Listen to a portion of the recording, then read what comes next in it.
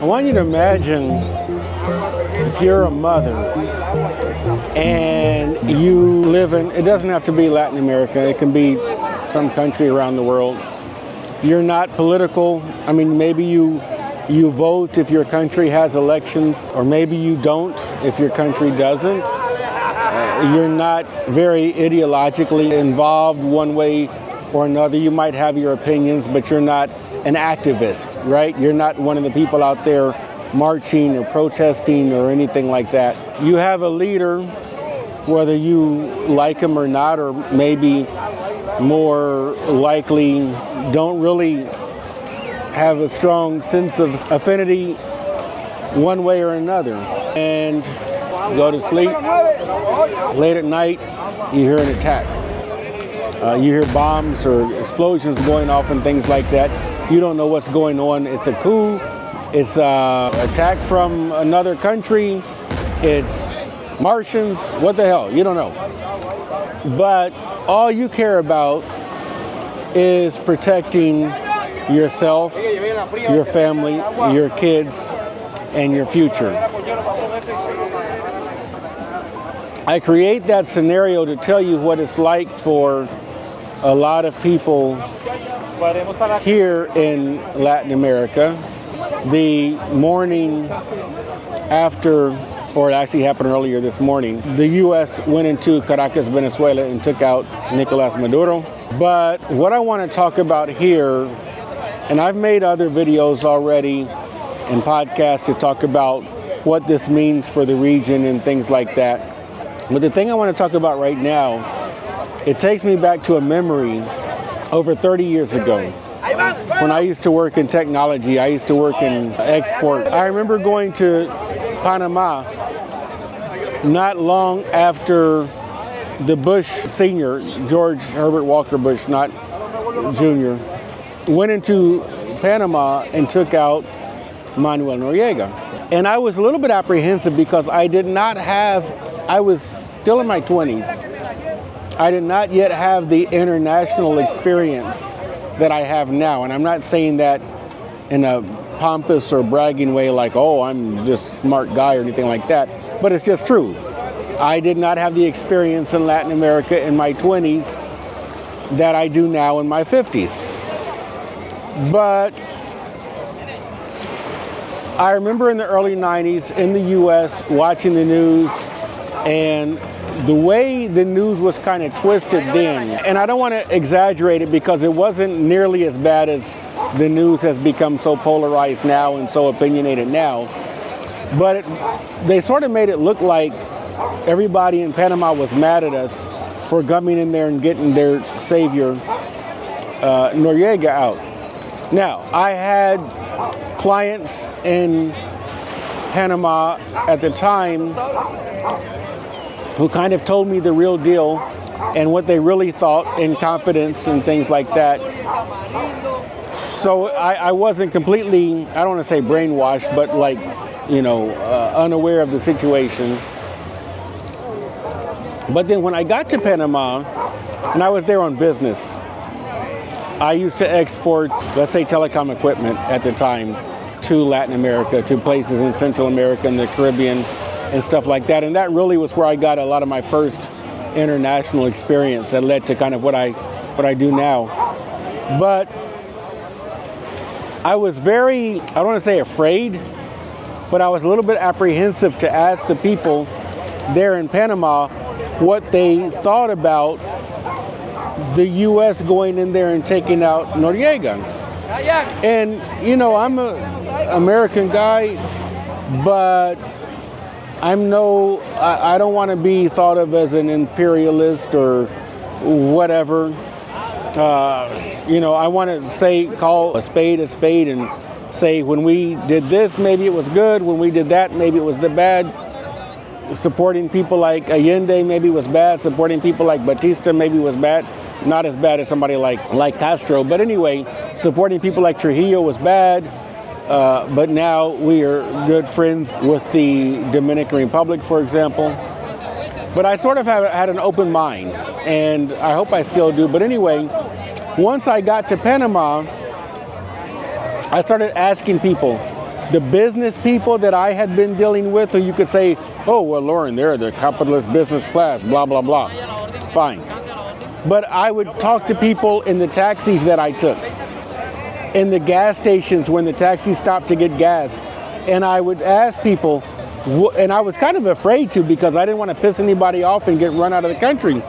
But I said, what do you think about this? And everybody I talked to, and yes, this is anecdote, but everybody I talked to pretty much had the same opinion. And they said, look, we're glad that you came and got Noriega out of here, but did you have to make such a mess doing it? And that's to say that the U.S. Special Forces and the troops went in there. A bunch of neighborhoods got kind of, not blown up, but there was a lot of collateral damage and civilian casualties and things like that because of the way that we did it, which at the time was probably relatively state-of-the-art. But I found no defenders of Noriega. I found nobody who said, no, we wish you did not come and take out this guy. We wish you let him stay in power. One of my clients from David, the city of David, Chiriquí, in Chiriquí province of Panama, which is out near the border with Costa Rica, told me of a time when Noriega, his government put out like a false alert that's saying that Noriega had been captured or Noriega had been killed. And when all the people came out in the street to celebrate, his forces captured them to find out who were the dissidents or who were the people who didn't support him. Okay, stuff like that. Now, if you look at the whole Noriega history and case, you could say that the charges that he was brought up on were maybe trumped up or not legitimate or not true, and you could be right. But my point is not to re-evaluate how bad of a bad guy Noriega was or the jurisprudence of the U.S. trying him on charges and things like that. But my point is really the broader picture of how does this apply to what's happening now. And I think that the thing is the action of going in, the U.S. has a certain degree of political baggage because of past actions in Latin America. And there are negative cases like the U.S. support for Pinochet in Chile, for example. That's indefensible. There's also a lot of good cases. For example, when Trujillo was taken out of the Dominican Republic and Trujillo was a monster, that was done with U.S. support. And I'm not saying all this stuff to be a defender of the U.S. or a denouncer of the U.S. or anything like that, but to really be an analyst of the situation and what's going on. When I've talked to a couple of Venezuelans here earlier this morning, they expressed their support for the removal of Maduro, but they have been afraid to go on camera and speak about it because they still carry that fear with them, being people who are basically here in neighboring Colombia because they're fleeing from that regime. So I wanted to tell that story of what happened because I think we have parallels now. I think that the people of Venezuela are not overall supporters of Maduro. It doesn't mean that they're pro-US or much less that they're pro-Trump or anything like that at all. And they might not even like the way that it was done. But still, I think that a lot of people are viewing the removal of Maduro itself as a positive event, as a positive factor. And the devil is in the details. What happens next? My favorite question in all of history, what happens next? And that determines if this is a success or a failure. We can't say that yet. We can't say that just because Maduro has been taken out, oh, it's a success. Things conceivably could get a lot worse. I don't necessarily think that that's probable. in isolation, the removal of Maduro, I think, is a good thing. But in the grand scheme of things, we have to say what happens next. And we don't know yet, because here we are the very morning that it happened. I'm curious, as you listen to this, let me know, give me comments or feedback, and tell me where you're listening or watching from. I'm here on the Rodadero beach of Santa Marta, Colombia.